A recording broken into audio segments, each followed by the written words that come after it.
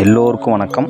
இன்றைக்கி நாம் பார்க்க போகிறது கும்பராசிக்கான சனிப்பெயர்ச்சி பலன்கள் 2025. இந்த ஆண்டிற்கான சனிப்பெயர்ச்சி திருக்கணித பஞ்சாங்கப்படி 29 மார்ச் 2025 இரவு 9:44 கும்பத்திலிருந்து மீனராசிக்கு புரட்டாதி நட்சத்திரம் 4ஆம் பாதத்தில் நிகழ்கிறது. இதுவரை கும்பத்தை பொறுத்த மட்டில் ராசியிலேயே இருந்து, அதாவது ஜென்ம சனியாக இருந்து மனதளவில் குழப்பங்கள், மந்தநிலை, இனம் புரியாத கவலைகள், அனைத்து முயற்சிகளிலும் தோல்வி, முதலீடுகளில் அசலை கூட எடுக்க முடியாத ஒரு நிலைகள், அன்றாட வாழ்வை நடத்துவதிலேயே மிகப்பெரிய கஷ்டம், அதுபோக தலையில் அடிபடுவது அடிக்கடி, அதே போல் தலை மற்றும் மூளை சார்ந்த நரம்பு பிரச்சனைகள் அல்லது இந்த ஒற்றை தலைவலின்னு சொல்கிறோம் இல்லைங்களா, அது போன்ற தொடர்ந்து தலைவலிகள் இவைகளால் அவதிப்பட்டு வந்தீர்கள். மார்ச் மாதத்திற்கு பிறகு ஜென்மம் விடுத்து குடும்பஸ்தானத்திற்கு செல்லும் சனியானவர் இந்த குழப்ப நிலைகள், மந்த நிலைகள், மனம் சார்ந்த விஷயங்களிலிருந்து சற்றே தெளிவு பிறக்கிறது. இந்த முதலீடுகள் போன்றவற்றில் முன்னேற்றம் இருக்கிறது.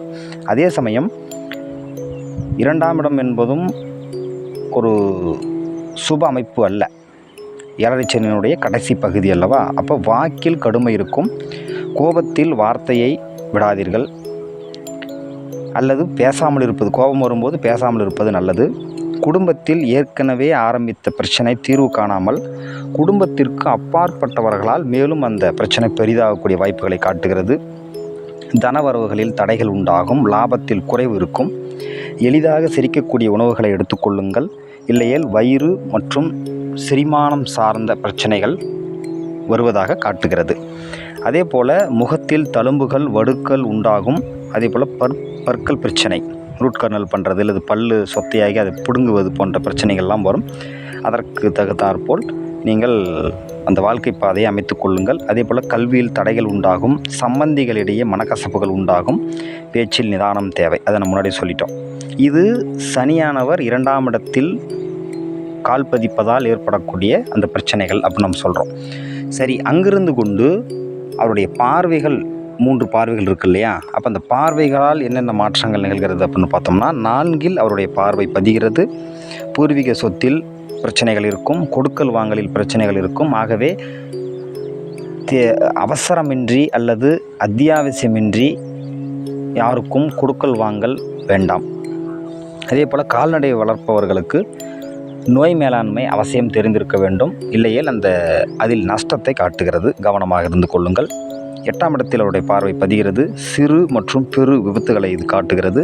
வண்டி வாகனங்களில் செல்லும்போது கவனமாக இருந்து கொள்ளுங்கள். அதே போல் பொருள் இழப்பு அல்லது திருடு போவதாக காட்டுகிறது. விலை உயர்ந்த பொருளையோ அல்லது வாகனங்களை நிறுத்தும் போதோ சாவி எடுத்துக்கொள்ளுங்கள், கவனமாக பராமரித்து கொள்ளுங்கள். 11இல் அவருடைய பார்வை பதிகிறது. ஆடம்பரம் மற்றும் ஆடம்பர உடை அல்லது ஆடம்பர நகை வாங்குவீர்கள். அதனால் சேமிப்பு கரையும், லாபத்தில் குறைவு இருப்பதாக அது தோன்றும். இருந்தாலும் அது ஒரு வகையான அசட்டாகவே அமையும். இது பார்வைகளால் ஏற்படக்கூடிய அந்த நிலைகள். ஆக மொத்தத்தில் பாத சனி ஒவ்வொரு அடியிலும் கவனமாக இருந்து கொள்ளக்கூடிய நிலையை இது காட்டுகிறது. பரிகாரம் அப்படின்னு சொன்னோம் அப்படின்னா, எவர் குடும்பத்திலும் தங்கள் பெயரில் பிரச்சனை உண்டாகாமல் பார்த்து கொள்ளுங்கள். அது உங்களுக்கு சனியால் ஏற்படக்கூடிய தாக்கத்தை குறைப்பதாக அமையும். நன்றி.